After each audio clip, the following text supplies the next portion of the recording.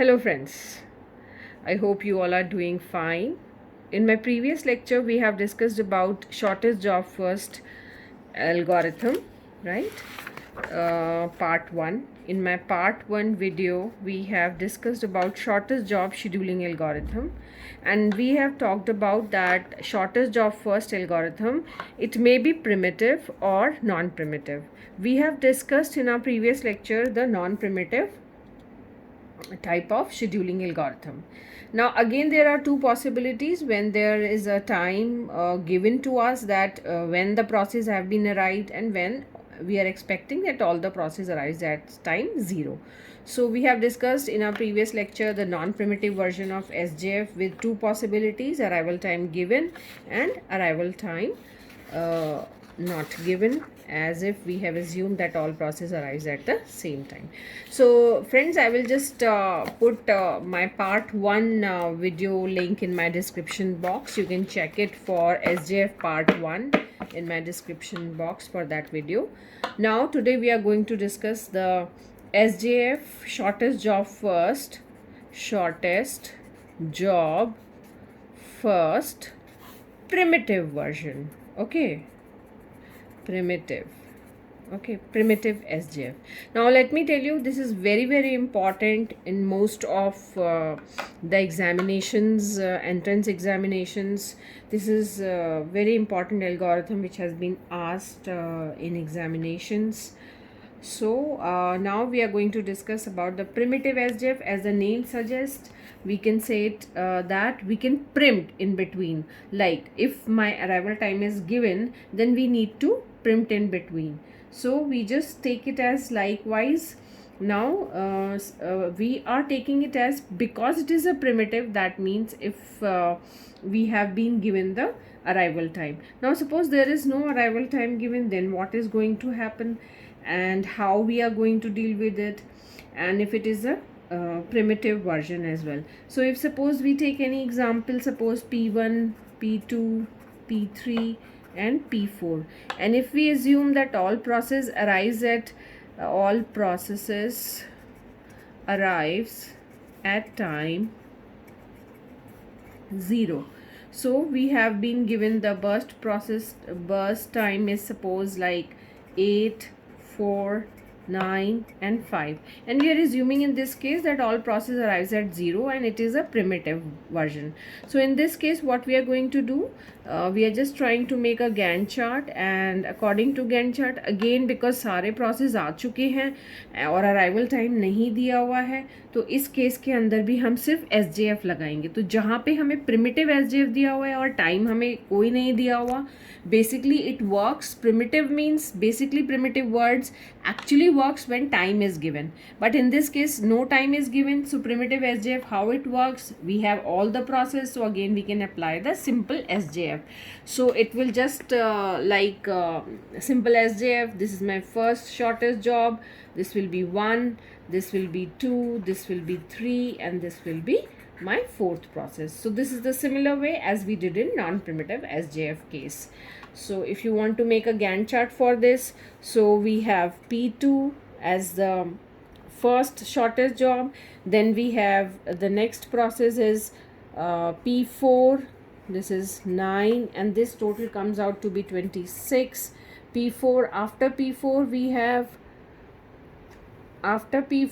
have the third process as P1, and then fourth process is P3. So if 9 plus we have P1 process 8, so 9 plus 8 will be 17, and then again we'll add what we are going to add to this, the last process, that is P3, 9. So 17 plus 9 is 26. So this is same. Okay, so waiting time, so here you can see there is no difference between primitive SJF when arrival time is 0 and the non-primitive version. So here we don't need to print in between, we just simply have to look for the shortest job first in this case. Okay, I hope you can easily calculate the waiting time. We have to look for the first part, waiting time. For P2 there is waiting time is 0, waiting time for P4 is 4, for P1 is 9, and P3 is 17. Similarly, the turnaround time will be, we look at the back value, that means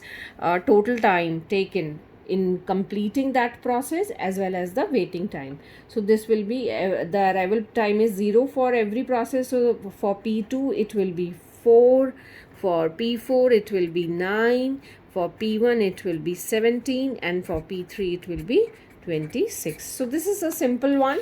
Now I actually move to the primitive SJF, wherein we are just talking about when arrival time is given to us. Let's consider one example. Arrival time given in primitive SJF. Okay, so we'll take the same example. Let's take the same example, how this example will work. We have process P1, P2, P3 and P4. We have been given the arrival time as this. We have 8, 4, 9, 5. Now see, how primitive will work in this case. Now if you can see the arrival time, here the P1 process, only the P1 process is arrived. So if P1 process is arrived, so we just write down the P1 first. Okay, so we start running this process, and at 1 we need to check that this is now the next process arrives, and P1, the remaining time for P1 is, remaining time you can write here, remaining time for an easy way, remaining time of this is 7, and then we need to check it with this value. Okay, so which one is shorter? P2 is shorter. So in this case, we'll compare the remaining time of P1 with burst time of P2. So we can see 4 is less than. So shortest is P2. So we will run the P2 process now. So we start running so this will run only for 1 second. Then we start running the P2 process. Now P2 will be there, and when at the second time interval we can see again when it is 3, there is another process arise, but here in this case again P2 is smallest, so we keep running the P2. So again then this becomes 2, and then we have 2, and then again this process arise, and we can see again this is lesser or shorter than the P4 process. So we keep running P2 because it is having the shortest job. So we are just writing it as 5. So now we have reached to the 5 seconds. So that means all the process have been arrived, and now we are left with, this is completed. Okay, so this is completed, this is 7, this is 9, this is 5. Now we can apply SJF exactly, shortest job. So now we will run this one first, this one second, and this one third. Okay, so now the next process will be P4, and it will run for 5 seconds, then P4, then P1, and P1 will run for how many? 7 seconds, so it will be 17, and then we will run the remaining one, that is P3, that is 26. Let me explain you again. Here you have to look for the time. Here at time 0 we have the first process arrived. We start giving the CPU because we cannot waste our cycles, CPU cycles. So when the next process at 1 second came, we need to check the shortest job between P1 and P2. The shortest job we compare from 7 to 4. 4 is the shortest job. So we keep on running the P2 process. Again at time 2 seconds, another process came, and here it is 2 seconds remaining, and here it is 9. Again it is shorter. Then again we'll compare at 3 seconds. Again it is shorter. So we keep running the P2. That means every time P2 is shorter than other processes. Now after running the P2 process, all processes arise. We simply arrive SJF now, and as per SJF we can see the first process is P4, P1, and then P3. So this is our Gantt chart. So now we can easily, now we have to look for the waiting time very clearly in this case for P1. Now you can see here P1 is running. Okay, so P1 is running, P1 is not waiting, it arrives at 0. Where it is waiting? from 1 to 10 it is waiting. Can you see that? It is waiting from 1 to 10. So the waiting time will be 10 minus 1.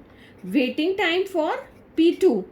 P2 arrives at 1 and receives the process at 1. So 1 minus 1 is 0.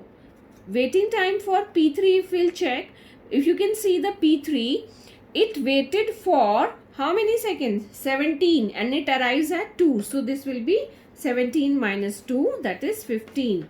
Waiting time of P4, this will be, we can see P4 receives it at 5 and arrives at 3. So this will be my 2. So this is my actually so this total comes out to be 15, 79, 26 divided by 4. It comes out to be 6.5. So you can compare it with the non-primitive version. Definitely this answer is lower in case of primitive version. Now let me calculate the turnaround time for the same Gantt chart. We look for the back value. Now turnaround time says the waiting time and the completion time. P1 take how much time to complete its process? So you can see it completes at 17. It arrives at 0. So you can see that this process arrives at time 0. So and it completes its process at 17. So 17 is the turnaround time for P1 process. Okay. Because we have to calculate the waiting time as well. Here it completes its process at 17 and the waiting time is added into it. So completion plus waiting time. Turnaround time of P2 is, we can see that it completes its process at 5 and it hasn't waited for anything. So 5 minus 1. So this will be here 17 minus 0. It is 17 and it is 5 minus 1. It is 4. Turnaround time for P3 will be, we can check, it completes its process at 26 and it arrives at 2. So we can see the turnaround time is 26 minus 2, that is 24. And for P4 it completes its process at 10 and it arrives at 3. So 10 minus 3 is your 7. So this will be my turnaround time for P4. So friends, I hope the primitive version is clear to all of you. So that's all for today. Thank you so much.